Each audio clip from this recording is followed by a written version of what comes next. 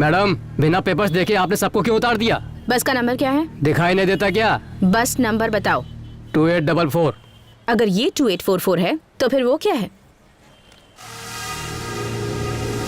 Srinivas. Yes madam. ये सारे papers इन्हें दे दो और दोनों बस को सीज कर लो। Okay madam. मैडम, बस किसकी है पता है? शिवा भाई की, शिव शक्ति ट्रेवल्स। शिव शक्ति ट्रैवल्स की सारी बसेस चेक करो। मैडम, एक बार में बात समझ नहीं आती। नहीं हो इसीलिए घमंड है। तुम शिवा भाई को जानती नहीं हो। रोड पर रोज एक्सीडेंट होते हैं। क्या नाम बताया? शिवा भाई। सुन लिया ना? जी। उसके नाम पर नोटिस जारी करो। Okay madam.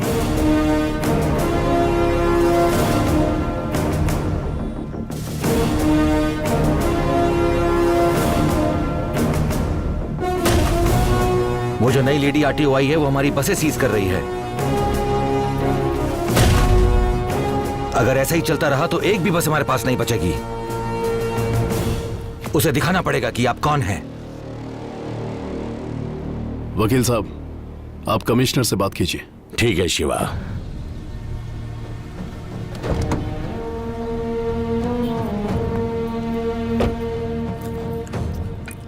Good morning sir. ये सब क्या हो रहा है? मैंने सुना यहाँ जो बसें चल रही हैं तुम उन्हें रोकने पे तुली हो। ए, मिर्ची किधर है? अभी लाया सर। सर, 3 महीने पहले हाईवे पर बस में आग लगने से 40 लोग मारे गए थे। मैंने उस ट्रैवल्स की हिस्ट्री चेक की और रिपोर्ट बिल्कुल अच्छी नहीं है। नहीं है तो क्या? शिवा की बसेस ऐसी ही हैं। वो आदमी पागल है। वो कब क्या सोचता है कोई नहीं जानता। हमें ही एडजस्ट करना होगा। नो सर, ये आम जनता की जिंदगी का सवाल है। तुम औरतों की यही दिक्कत होती है। कभी मर्दों की कोई बात मानी है? मैं तो बस अपनी ड्यूटी कर रही हूँ सर। तुम्हारी ड्यूटी क्या है मैं जानता हूँ। एक सरकारी नौकर का यही काम होता है कि अपने सीनियर्स की बात माने। सर, आप मेरी बात। तू अपनी बकवास बंद कर। अब मेरी बात सुन। शिवा की बसेस कल सुबह से रोड पर होंगी। चलो अब जाओ यहाँ से। चाय किधर है? लाया सर।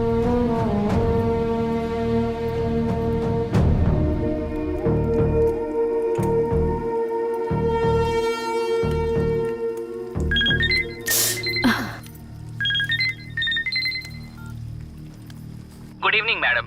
क्या करना है हमें? सबसे पहले सीज की गई बसेस को गोडाउन में भेज दो। सेम नंबर वाली बसेस की फोटोज लेकर पेपर्स को अटैच करो। केस फाइल कर दो। Okay madam. इस बारे में कोई भी कुछ पूछे तो उसकी बात मुझसे करवाओ। ठीक है मैडम। भाभी इधर ही है।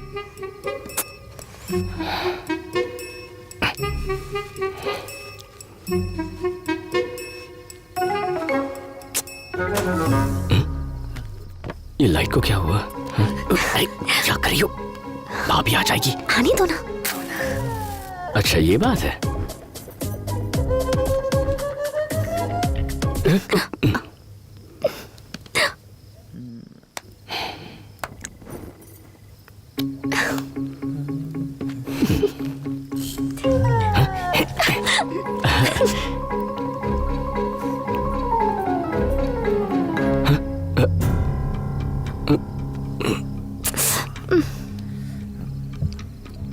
क्या हुआ? रहने दो ना। तुम्हारी दीदी आ गई।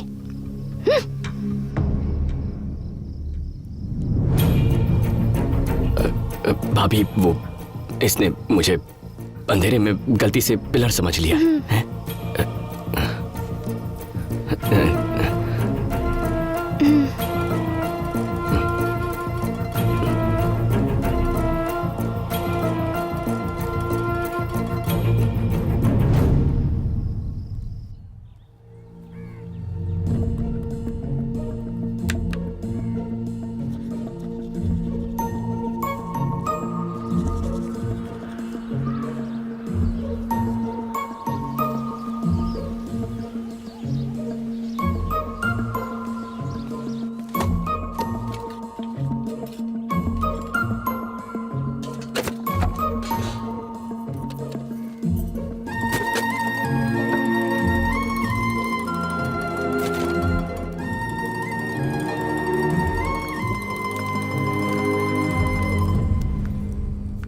कॉल डिस्कनेक्ट कर दो।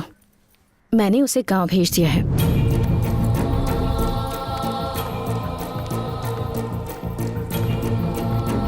इस लव शक पर अपना टाइम वेस्ट करने से अच्छा होगा कि तुम इस वक्त अपने करियर पर फोकस करो, समझे?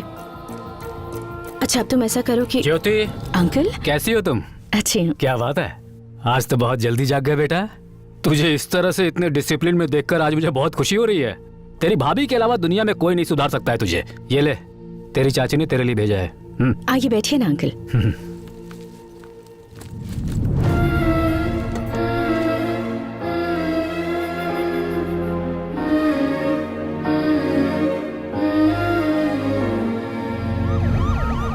ये पुलिस क्यों आई है? लगता है उस ऑफिसर ने कमिश्नर की बात नहीं मानी, केस फाइल कर दिया है, वारंट इशू हो चुका है। पुलिस को मैं संभालता हूँ, उस ऑफिसर को आप संभालिए। हमने पूरी कोशिश की पर वो बहुत स्ट्रिक्ट है भाई। ये लेडीज सेंसिटिव होती हैं, प्यार से हैंडल करना पड़ेगा। यही तो बात है भाई, ये औरतें अपने पति की नहीं सुनती तो हमारी क्या सुनेंगी? मैं संभालता हूँ। ठीक है बेटी, मैं चलता हूँ। अंकल कल चले जाइएगा, आज रुक जाइए। नहीं बेटी, ये पेपर्स हैंड ओवर करने हैं ना, चलता हूँ।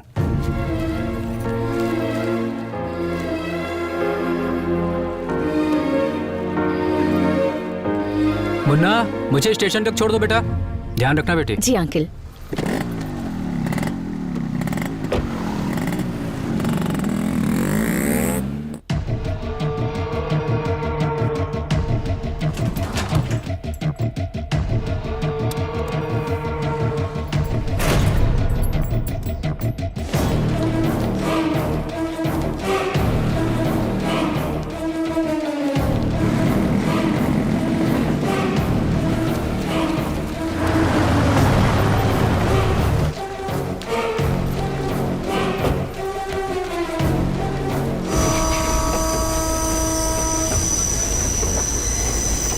क्या सोच रहे हो Munna?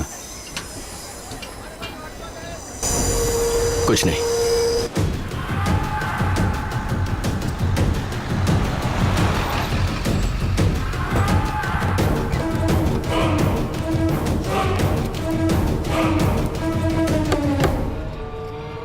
Excuse me ma'am. Come in. Shiva, Shiv Shakti travels. बैठिए। धन्यवाद। आप कुछ लेना चाहेंगे? चाय, कॉफी? आप जो भी मंगवा दें। रमन, ध्यान रखना बेटा। मैं भी चलता हूँ आपके साथ। तुम कैसे आ सकते हो? भाभी अकेली पड़ जाएगी। अगर अकेली पड़ती हैं तो पड़ जाए, उससे मुझे क्या। तुम ऐसी बातें क्यों कर रहे हो? क्या हुआ तुम्हें? वो एक चुड़ैल है चाचा। शादी होते ही भैया को मुझसे दूर कर दिया, यहाँ लाकर नौकर बनाकर रख दिया है, और अब पल्लवी को भी मुझसे दूर गांव भेज दिया है। वो बहुत बुरी है चाचा। अगर मैं यहां रहा ना तो वो मेरी जिंदगी बर्बाद कर देगी। मैं नहीं रह सकता यहां। मैं भी आपके साथ चलूंगा।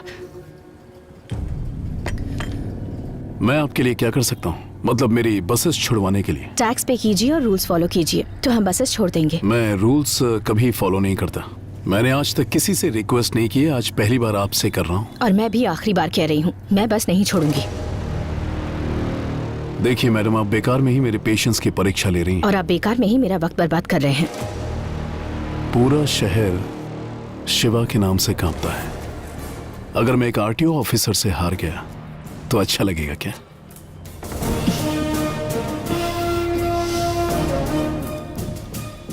आप जानते हैं, ये पूरा डिपार्टमेंट ज्योति की बहुत रिस्पेक्ट करता है। अगर मैंने कॉम्प्रोमाइज कर दिया तो वो अच्छा लगेगा क्या? अगर कभी किसी को न समझ सको तो चलेगा बेटा, पर किसी को गलत मत समझो।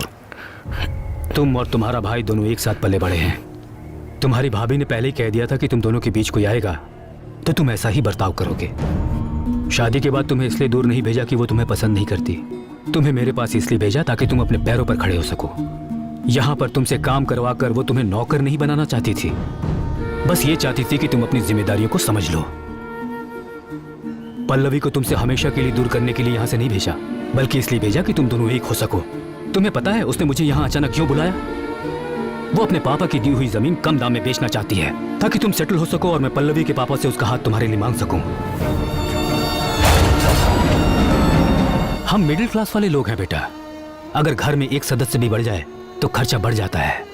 और जब मैंने उससे पूछा कि इतने सालों बाद भी बच्चा क्यों नहीं प्लान कर रहे, तो उसने कहा मुन्ना भी तो हमारा ही बच्चा है, पहले उसे सेटल होने दो।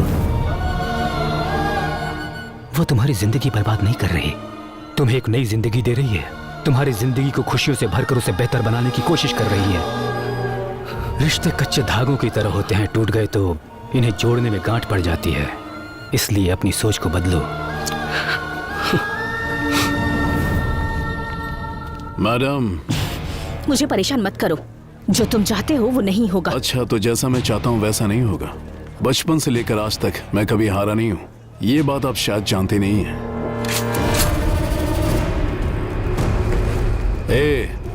मैं मरा तो जीत मेरी होगी क्या? दिमाग खराब है तुम्हारा? गोली चलाओगे तो मरोगे, जीतोगे कैसे? करेक्ट।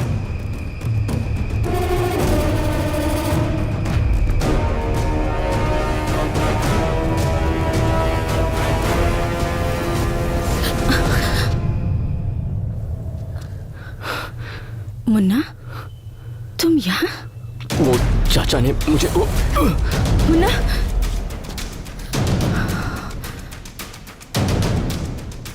और अगर तुम मरी तो क्या मैं जीतूंगा? क्या कहा तूने? मैंने कहा ये घटिया औरत मरेगी तो मैं जीतूंगा।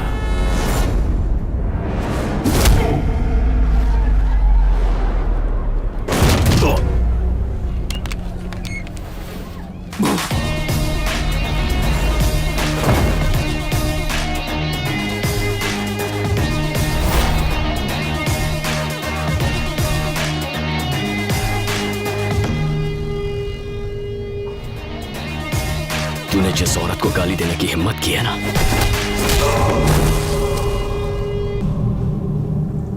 वो भाभी माँ है मेरी।